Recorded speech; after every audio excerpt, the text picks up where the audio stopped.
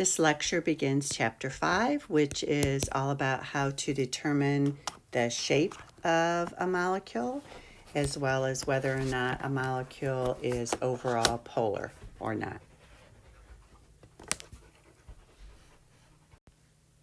Why is the shape of a compound important? I think one of the most important reasons is the biological reasons. So if you've taken any biology, you probably have heard the analogy of lock and key, referring to different compounds that perform different crucial activities in the body. Like an enzyme has to be a certain shape so it fits in with other compounds and can do its job. And that's the same as medicines. Synthetic chemists have to synthesize a medicine that they know will fit, have a certain shape, and be able to interact with the parts of the body it needs to. Also, just overall, the molecular shape of a compound is a large factor in determining how chemically reactive a substance is. The primary determinant of the shape of a molecule is caused by electron repulsion of groups around a central atom in a molecule. So look at the pictures of balloons. I love these analogies. If you imagine the central atom in the middle, in the center of all these balloons, and then imagine each balloon is some area with electron density. So it could be a bond, it could be a lone pair of electrons, anything with electrons in it. And we know electrons have a negative charge and that like charges repel each other. So the shape of a molecule is primarily determined by these areas of electron density around a central atom, trying to get as far away from each other as possible to minimize that repulsion. And so if you look at each one of these shapes, and you'll see as we actually go through molecular shapes, they mimic these balloon shapes. Each one of these shapes is formed as a result of these balloons, which we're going to think of as electron density, trying to get as far away from each other as possible. And that theory is called VSEPR for short, which stands for valence shell electron pair repulsion, right?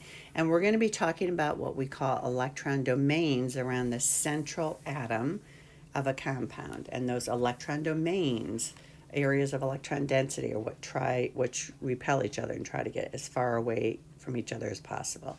Now, I will warn you right now that this theory is based completely on being able to draw the optimum Lewis dot structure. So if you are weak on Lewis dot structures, the very first thing you want to do is go back and become an expert on that before you even try to do these molecular shapes.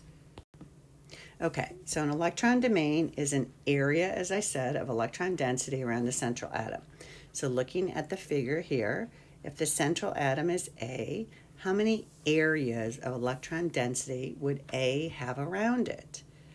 Well, it has one. Now, notice, even though this is a double bond, it's only one area of electron density, okay, because they're both in the same region, okay, or area of space. So that only counts as one. Each bond, whether it's single, double, or triple, counts as one area of electron density. So A has 4 areas of electron density, or 4 electron domains around the central atom, okay? And these 4 electron domains will try to get as far away from each other as possible. And we'll talk about what shapes are adopted to get these electron domains as far away from each other as possible. You'll see as we progress through this lecture that we will be talking about electron domain geometries, and we will be talking about what we call molecular geometries. And those sometimes are different, which all depends on whether or not the central atom has a lone pair or a non-bonding pair of electrons. If it does, then the electron domain geometry and molecular geometry will be different. But you always have to start with the electron domain geometry. You always start there. So you draw a valid Lewis structure, and then the second step is count the electron domains. So 1, the lone pair counts as 1, and each bond counts as another. So NH3 has 4 electron domains. Now, let me describe a common error students would make. If I simply gave you the chemical formula, NH3, and I said how many electron domains, you might be tempted to say 3 because you can see there are 3 hydrogens bonded. Unless you wouldn't know there were 4 unless you drew the Lewis dot structure and then realize that there is a lone pair or non-bonding pair of electrons on the nitrogen. So it's critical that you draw a Lewis dot structure. We will go through each of the possible electron domain geometries individually, but I want to give you a quick overview first. So if the number of electron domains around a central atom are 2, okay, represented by these kind of look like p orbitals now, or you can think of them as balloons, whatever, then the electron domain geometry is linear, okay, which you can see the linear structure is a structure something would adopt if it has 2 things that are trying to get as far away from each other as possible. If there are 3 electron domains around a central atom, so of course the gold in the middle is the central atom. If there are 3 domains, the shape that can adopt to get those 3 domains as far away from each other as possible is what we call a trigonal planar. Okay, so all 3 of those electron domains are located in the same place, but 120 degrees away from each other. All right, if there are 4 electron domains, then the shape that a molecule would adopt would be tetrahedral. Now, I think of tetrahedral as a tripod, okay? It's got one shape going straight up and down from the central atom, and then kind of a 3-legged stand on the bottom. Okay, that's what a tetrahedral looks like. So the most common error that students will tend to make if there are 4 domains, they'll try to say, okay, well, they just make a square around the central atom, right? No. Okay, they can get farther away from each other if, remember, these are 3-dimensional structures, if they are not all in the same plane. 5 domains around a central atom. This is for elements that can expand their octet, obviously. We call this structure trigonal bipyramidal, and that has 2 domains going straight up and down from each other, and then along the axial equator position there are 3 more. All right, and finally the most that you'll ever see, the number of electron domains, 6. You have 2 straight up and down, and then 4 along the equator. And that's called octahedral. So I mentioned earlier that electron domain geometry, which is based on all of the areas of electron density around a central atom, are not necessarily equal to the molecular geometry for a compound. And when they are not equal is when there are lone pairs. Okay, so in other words, when there is at least one lone pair or one non-bonding pair around the central atom, we're talking about the central atom here. If there's even one, that means that the electron domain geometry is not equal to the molecular geometry. Okay, all right, so here are examples when they're equal. Okay, so carbon dioxide, if you drew a Lewis dot structure of it, there would be no lone pairs on the central atom, which is carbon, okay? So there are 2 electron domains and no lone pairs. So we would say the electron domain geometry and the molecular geometry for this, carbon dioxide, are both linear. Okay, there's no difference. BF3, draw the Lewis dot structure. Remember, boron is a moron. Boron's happy with only 6 valence electrons.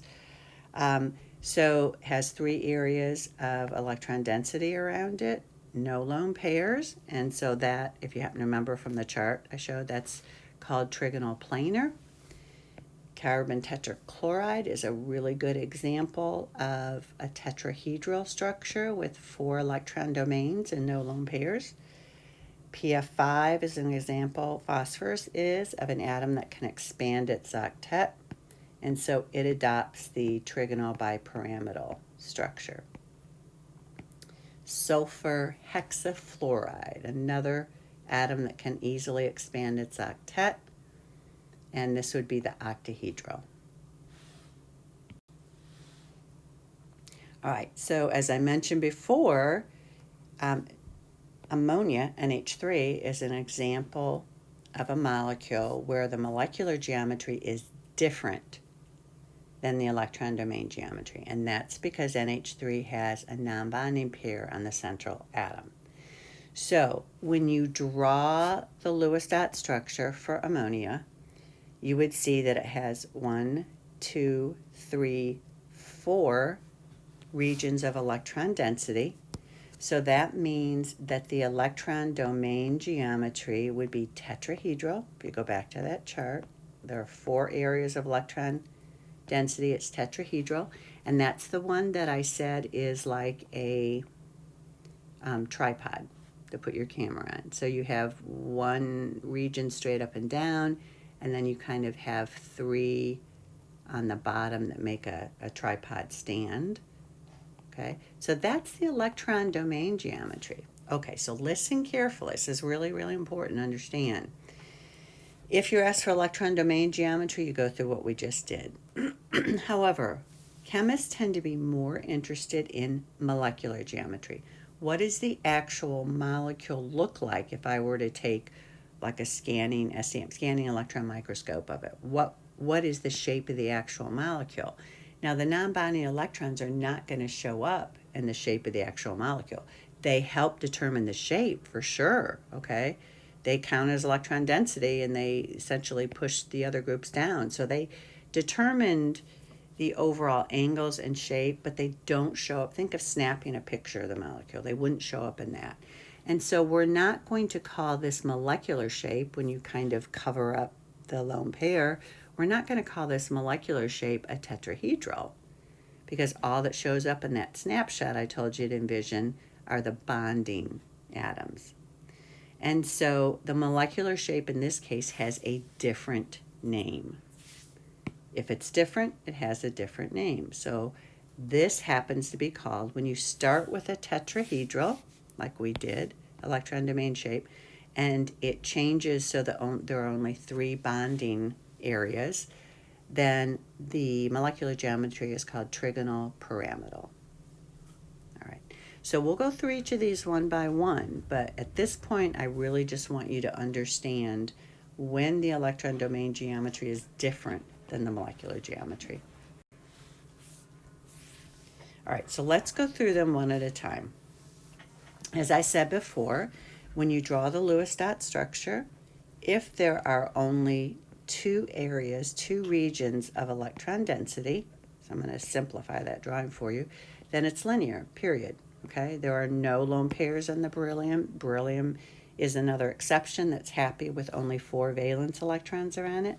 So that's linear, okay? Same thing as we said with carbon dioxide. No lone pairs on the central atom, so the electron domain geometry and the molecular geometry are the same. Now let's go a little bit more complicated. Let's talk about having 3 areas of electron density around a central atom.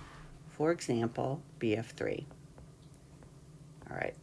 There are 3 areas of electron density. There are no lone pairs on the central atom, so it's pretty simple. The molecular geometry and the electron domain geometry are both trigonal planar. Now let's look and see if we introduce a non-bonding pair of electrons. Okay, so for example, right there.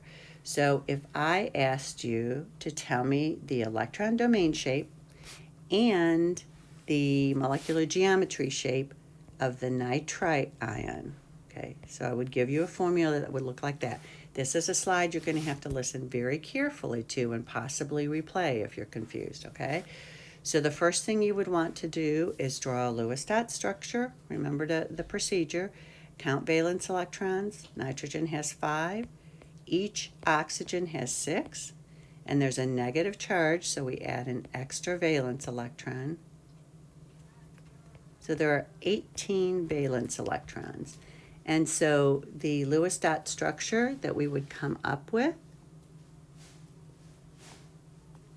would be the following. We're going to give both outer atoms an octet, right? That's what the Lewis dot structures say. We've used 16 electrons. We're going to put any leftovers on the central atom. We've used all 18 valence electrons, but it's not a good Lewis dot structure because nitrogen only has 6 total valence electrons around it.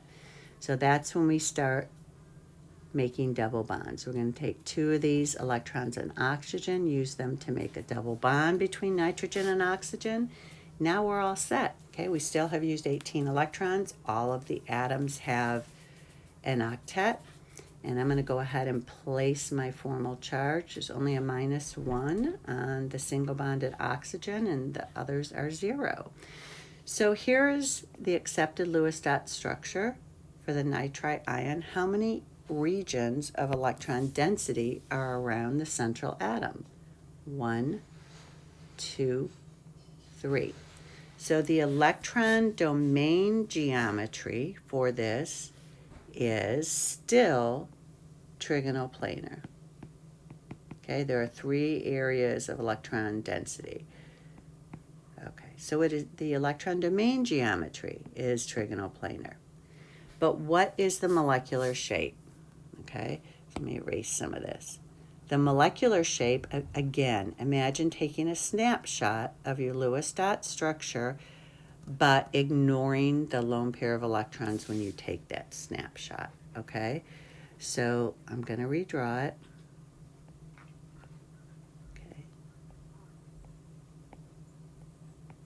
Okay, there are my 3 regions of electron density. I'm going to ignore that lone pair of electrons, even though they help determine the bond angles and the shape. Okay, but for my snapshot, this is all I'm going to see. So how would you describe that actual molecular shape if you took that picture? We call it bent. Okay, let's do some more. Let's imagine that we draw a Lewis dot structure and it has 4 areas of electron density around the central atom. So CH4, which is methane or natural gas, would be a really good example. No lone pairs, okay? So it's really simple.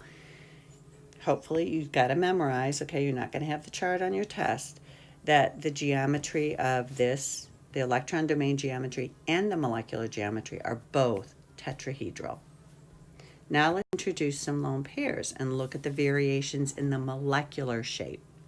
So here's CH4 again, no lone pairs. Let's talk about NH3 again. Now, NH3, if you draw the Lewis dot structure, has 1 non-bonding pair of electrons. So it still has 4 domains, 1, 2, 3, 4. So its electron domain shape is still tetrahedral. But its molecular shape, okay, so that's when we're going to take a picture and we're going to ignore that lone pair of electrons. So we're going to pretend like that isn't there. Keep everything in the same shape, though. And what would we call this shape? That's weird. That's kind of like our tripod, but without the straight up and down part. So it's kind of like having 3 legs that hold something up, maybe like a daddy long leg spider. Anyway, so that is called trigonal pyramidal, and that is the molecular shape for ammonia, NH3. All right, let's introduce 2 lone pairs. So let's look at water. So if you were to draw the Lewis dot structure for water, you would have 2 lone pairs on the oxygen. So again, though, you still have 4 areas of electron density, 1, 2, 3, 4. So the electron domain geometry would still be tetrahedral. It has 4 regions, okay? But the molecular geometry, remember we're going to take a picture and it's not going to show us these lone pairs. So how, again, would you describe this shape, okay, without the lone pairs? Again, we're calling that bent. But be alert, just kind of red flag here. You can get a bent molecular shape starting with tetrahedral electron geometry. If you go back to when there are 3 areas of electron density, the trigonal planar, you can also get a bent from that if you introduce only 1 lone pair. So there are 2 sources of bent, just heads up. Now, this is really weird. If you have hydrogen fluoride and you were to draw the Lewis dot structure, and I asked you what the shape is with respect to fluorine, you would have to say the electron domain shape is tetrahedral, because look, if fluorine's the central atom, it has 4 areas of electron density. So its electron domain geometry is in fact tetrahedral. But since almost all of those regions of electron density around the fluorine are non-bonding pairs, they don't show up when we snap our picture, and the molecular geometry is linear. Okay, there's a lot, I'll tell you right now, there is a lot of memorization. It all has logic though, so I mean, if you make yourself go through a lot of practice problems, you won't really have to memorize, okay? You just kind of go through the Lewis dot structure and the process I'm going through now. But there'll be a comprehensive chart at the end of the PowerPoint that shows you all the shapes, but please start practicing right away. Well, I guess it's not at the end of the thing. I put it here too. All right, so let's summarize the number of electron domains we've gone through, okay? And this might be a good one to print out or copy down. So if you have 2 electron domains around a central atom, okay, it is linear, okay? If you have 3 electron domains around a central atom and no lone pairs, no non-bonding pairs, then the electron geometry and molecular geometry are both trigonal planar. If you have 1 lone pair with 3 electron domains, the electron domain geometry is still trigonal planar, but the molecular geometry becomes bent. Notice that they all have bond angles here. You also have to be aware of those, okay? So it's talking about the bond angles between bonding atoms. So for linear, it's 180, okay? For trigonal planar, it's like the angles that you add together to make a circle, right? 120 degrees. And tetrahedral, the angles happen to be 109.5 degrees. All right, so again, if we start with 4 electron domains around a central atom, if we have 1 non-bonding pair in the central atom, then the molecular geometry becomes trigonal pyramidal. If there are 2 lone pairs around the central atom, like water, the molecular geometry becomes bent. All right, we are going to talk about when you have 5 and 6 electron domains around a central atom. Those are more complex. Those are the trickier ones, okay? All right, so just kind of to give you a set of rules so you can start practicing the shapes. Step 1 is always to draw the Lewis structure. Okay? Step 2 is to count the number of electron domains around the central atom. And then you have to refer to your chart until you memorize it to ask yourself, what is the electron domain shape? And then if there are lone pairs or non-bonding pairs on the central atom, you then need to look up, or hopefully learn at some point, what the molecular shape is. It will be different than the electron domain shape if there are any lone pairs around the central atom. So here is kind of a step-by-step example. Okay, so hopefully it'll help you do your practice problems.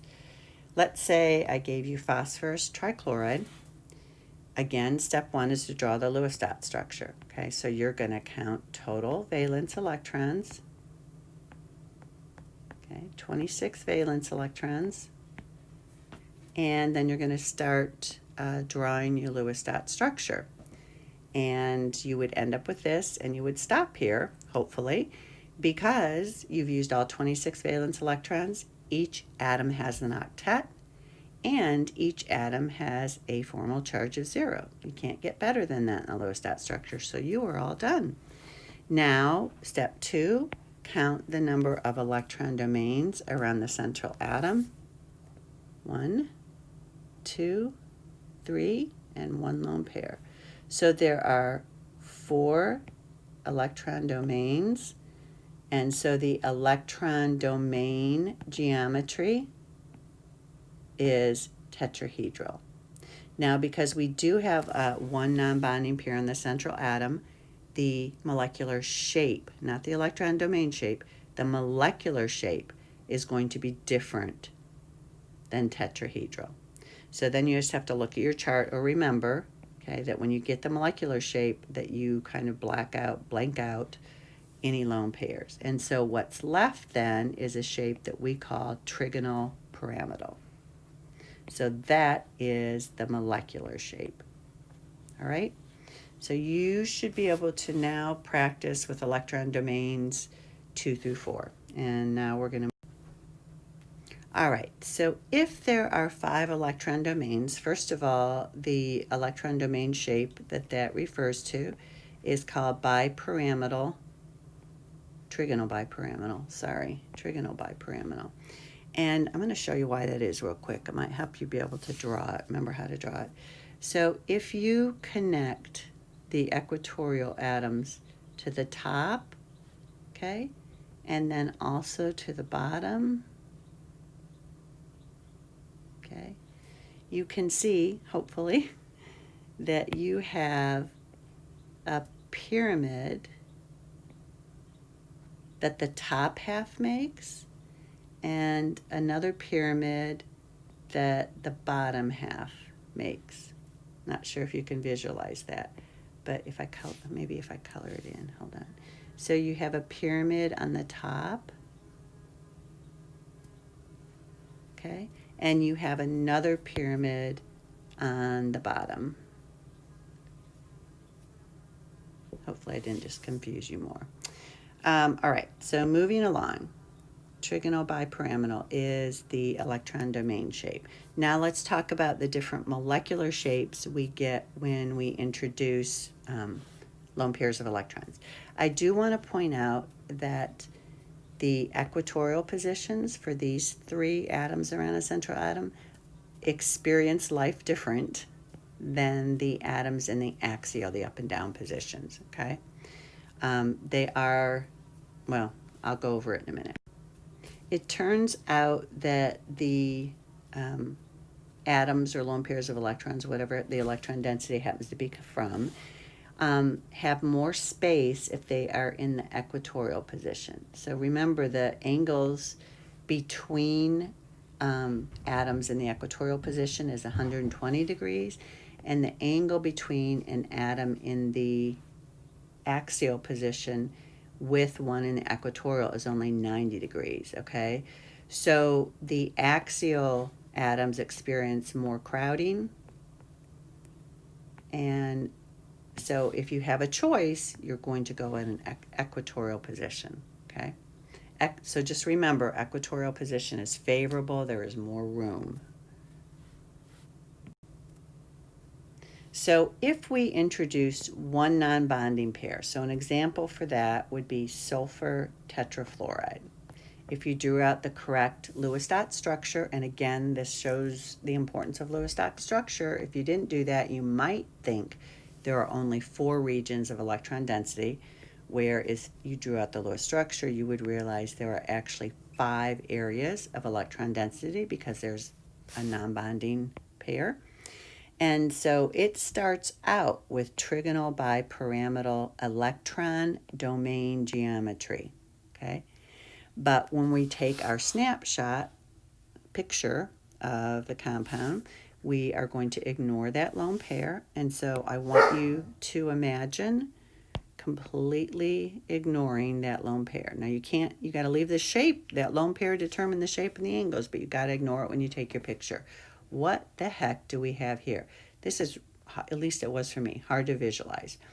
We call this a seesaw,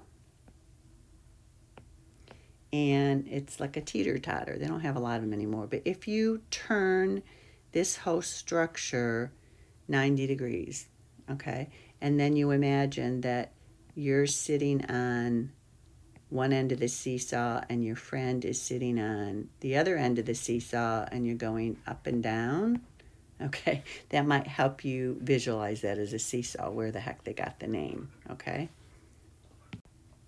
Now, the trigonal bipyramidal electron domain geometry is going to be the most challenging type of shapes that you're asked to do. And so that would be a good candidate for a free response question on an exam. So this is one you should spend a good amount of time making sure you understand. So there are a couple things I want to point out. One is that look where the non-bonding pair of electrons was put, okay? It was put in an equatorial position because there is more room in an equatorial position, therefore there is less electron-electron repulsion, okay? It's farther away from the other electron density areas. So remember to put non-bonding pairs, lone pairs of electrons, always go into the equatorial position if they have a choice. All right, the other thing I want to point out is that non-bonding pairs of electrons exert more electron-electron repulsion force than do bonded atoms. So I'm going to say that again, okay? Lone pairs of electrons exert more repulsion force, more electron-electron repulsion force than do bonded atoms, okay? You can think of them as kind of naked electrons. They're not shielded by anything, so they're going to exert full force. So what is the result of that? Like, so what? Okay, look at how the angles have varied a little bit here. So the normal angle for a trigonal bipyramidal, okay, let's see, you've got one up, one down, and three in the middle, right? So the normal angle for those are 90 degrees between axial and equatorial, or if you want to go all the way from one axial to the other, that's 180, right? And then there's typically 120 degrees between equatorial atoms. So what has happened here? Okay, it looks like whatever is here in this equatorial position pushed extra hard, repelled extra hard against all the other electron domains, so that instead of this whole angle being 180, it was 186. And because that push was so strong, it closed up the angle between the atoms on the other side. So this angle over here, instead of being 120, has been squished together a bit, 116. And that's, again, because of the stronger repelling force of lone pairs. Now, all right, so to summarize the trigonal bipyramidal, okay, it's got its own slide. This is the one that's the trickiest, guys, okay? So again, that's for any molecules that have 5 total electron domains. If all of the domains are bonds to atoms, then the molecular geometry is also trigonal bipyramidal. If there is one lone pair, the shape becomes seesaw, the molecular shape. If there are 2 lone pairs, we call this shape T, right? So it's kind of a sideways T. And if there are 3 lone pairs, this is a funky one. If there are 3 lone pairs, look at the shape we have. It's just linear, okay? So yeah, trigonal bipyramidal is a shape you need to work on quite a bit. All right, closing in here, guys. I'm sure you're probably tired of hearing about trigonal bipyramidal, but I'm going to push it just a little bit more because it gets so complex. Remember that with a trigonal bipyramidal system, if you have a lone pair, it does not go into the axial position. It has to go into the equatorial, okay? And then you're going to have to remember to flip this sideways so that you can envision. So it's going to look like this. Hold on. When you flip it sideways, I'm a horrible artist, y'all. But there's your seesaw, okay? That's going to go up and down. Okay, again, if you have 2 lone pairs, they both go on the equatorial. Okay, don't put them axial. And then, of course, this is easier to see. I think that you have a T shape, letter T sideways. Okay, turn it again 90 degrees, you have a letter T. All right, in the linear shape, this is cool. Just kind of heads up if you're listening to this. I love giving this one as a free response, okay? All right, so 3 lone pairs, all 3 go in the the equatorial position. All you have left are 2 atoms in the axial position, so that is a linear shape. Now, finally, onward to the last electron domain shape, which is octahedral. That's when you have 6 electron domains around a central atom. So sulfur hexafluoride is a good example. Sulfur hexafluoride has no non-bonding pairs on it, on the sulfur. And so the molecular shape is also called octahedral. And again, octahedron, these names, okay, I wouldn't ask you this, but still it helps you remember the name, I think. If you connected all of the bonding atoms together, I don't know if you'll be able to visualize this. Okay, but you see now you have a pyramid again on the top, and where they get the octa from, which means 8, is this pyramid has 8 sides, okay? There are 4 sides to it on the top, and then you can draw the same type of pyramid on the bottom. Okay, and it would also have 4 sides. So you have 8 flat sides if you fill this in as a 3D shape, and that's where the octahedral name comes from.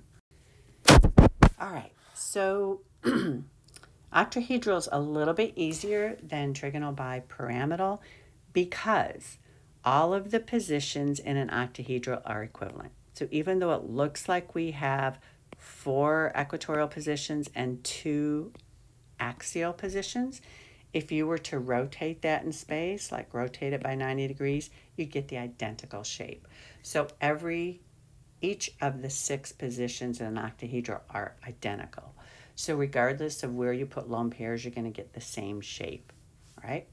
So let's introduce one lone pair. And again, you can put it equatorial, you can put it axial. It's a little bit easier for me to put them axial so that I can visualize what the shape is. And that shape, again, if you kind of connect all the atoms, okay, square pyramid. Okay, remember when you take the snapshot for the molecular shape, you're going to ignore the lone pair, and that literally is a pyramid with a square base. All right, if you have 2 non-bonding pairs, and again, it's just easier to visualize if you draw them on the, for me anyway, if you draw them on the axial, all you have now is a square. They're all in the same plane with each other, so that is called square planar. All right, this kind of just shows them up close. Maybe a little bit easier to visualize. I just think that if you can visualize these shapes, it's easier. You know, it's not just flat out random memory. All right, square planar. Okay, of course, planar means on the same plane. Okay. All right, here's the comprehensive list I was talking about. Oh, that's right, I broke them up. I have the list for 2 through 4 domains a few slides ago, and then this is just for 5 and 6 domains. This will be the tricky one, I think. We're very close to being done. I want to emphasize a couple things that I kind of blew past that are important, okay? I want to emphasize that lone pairs of electrons as an electron domain exert more repelling force, they're stronger repelling, than do the electrons in a bond. Okay, so because of that, if you have a non-bonding pair in a compound, your angle between the actual atoms is going to be a little bit less. So notice when you have all atoms, no lone pairs, the angle for a tetrahedral is 109.5. When you introduced one lone pair, that bond angle increases by 2 to 3 degrees between the atoms, and it's now 107. Water has 2 lone pairs, so you've got super duper more electron repelling force, and that bond angle that starts at 109.5 is now 104.5. So bottom line, this is what you need to do or know. For every lone pair that you have on the central atom, the bond angle between atoms, okay, between the atoms, it decreases by 2 to 3 degrees. All right? Okie doke. This is a less severe effect, but still an effect. A double or triple bond, because it has more electrons in it, also has a stronger repelling force than does a single bond, okay? So again, the angles for trigonal planar are typically 120 degrees, right? You're just making a big circle here, that they start as 120. So you can see now if one of your bonds is double or triple, the bond angle between bonded atoms is going to get smaller, okay? So instead of being 120, it's a bit less. You're going to see that less often, but it's there. All right, so I think you're going to see this particular in your lab, and there'll be at least one question on your test about it too. What if I have a molecule that doesn't have a clear central atom? Let's just look at this one, okay? What you have to do then is, of course, hydrogen can never be a central atom, right? Can only have one bond. You have to treat every individual atom in that complex molecule as a central atom. So, for example, let's look at nitrogen and treat it as a central atom, okay? So you would have to have the Lewis structure first, so you'd have to be able to draw in your lone pairs of electrons. All right, so for example, the nitrogen here on the end has 1, 2, 3, 4 regions of electron density. So its electron domain geometry would be tetrahedral, but since we have one lone pair, its molecular geometry would be trigonal pyramidal. So let's move on to the next atom that we could treat as a central atom, carbon. How many domains? 1, 2, 3, 4 domains. That's tetrahedral electron domain shape. There are no lone pairs, which tells us that the molecular shape is also tetrahedral. Moving on to the next carbon. That carbon has 1, 2, 3 electron domains. Remember, we count a double or triple bond as just one domain. So that carbon has 3 domains. So its electron domain geometry is trigonal planar, and it doesn't have any lone pairs, so its molecular geometry is also trigonal planar. Let's, just for fun, now look at the oxygen on the far right. How many domains? Well, you would have to know it has 2 lone pairs, right? Oxygen has to have 8 valence electrons around it, so that's kind of another way to remind yourself that you need 2 lone pairs. So it has 1, 2, 3, 4 electron domains. So its electron domain geometry is tetrahedral. However, its molecular shape is bent. Right? So you need to be able to do this too. Again, there'll be one question like that on my test, and I believe you have some of those in your lab also. Now, quick instruction on how you draw a shape that looks three-dimensional to the reader, okay? There are 2 methods, okay? You can either use the ball and stick method. So let's say that you want to draw a 3-dimensional shape of CH4, methane, carbon tetrahydride.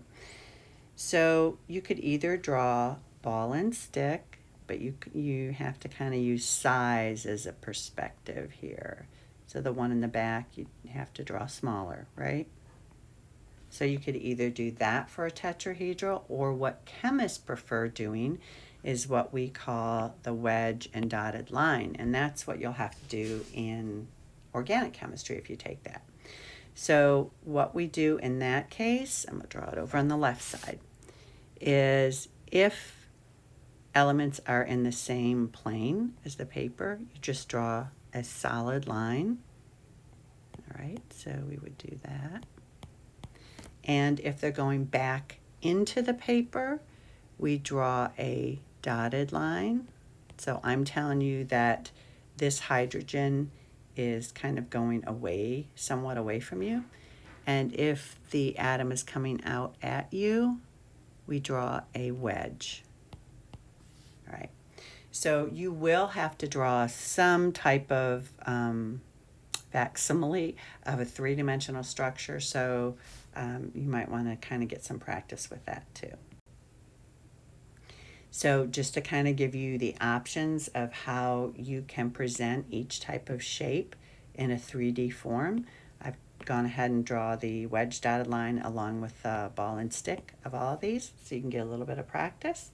And that is it for molecular shapes. And the next lecture will be polarity of an entire molecule. We've talked about polarity of individual bonds, which you may want to go and review, but we haven't talked about polarity of the entire molecule. So that's it for now.